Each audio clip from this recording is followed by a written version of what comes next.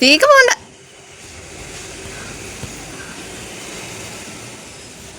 Welcome back to my channel.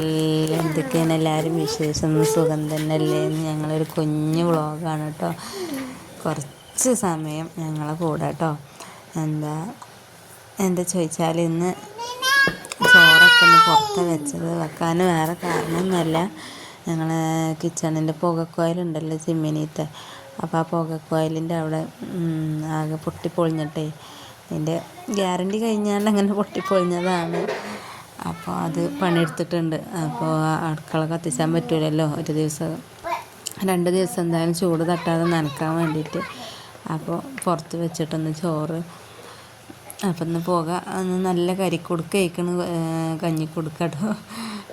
ഗ്യാസുമ്മ വെച്ച ചോറ് അങ്ങനെ ആർക്കും വലിയ ഇഷ്ടമല്ല. അപ്പോൾ അതുകൊണ്ട് അങ്ങനെ മഴ ഇല്ലാത്തതുകൊണ്ട് കുഴപ്പമില്ല. മഴ ഉണ്ടെങ്കിൽ അത് ഗ്യാസുമ്മ തന്നെ വെച്ച് അഡ്ജസ്റ്റ് ചെയ്തേനെ. പക്ഷെ മഴ ഇല്ലാത്തതുകൊണ്ട് ഇങ്ങനെ പുറത്ത് തന്നെ വെച്ചാണ്ട് അപ്പോൾ അങ്ങനെ വേവിച്ചെടുത്തിട്ട് ചോറ്. പിന്നെ സ്കൂൾക്ക് കൊടുത്തയക്കാനുള്ള കൂട്ടാൻ സോയാബീൻ ഡ്രൈ ആക്കാണ്.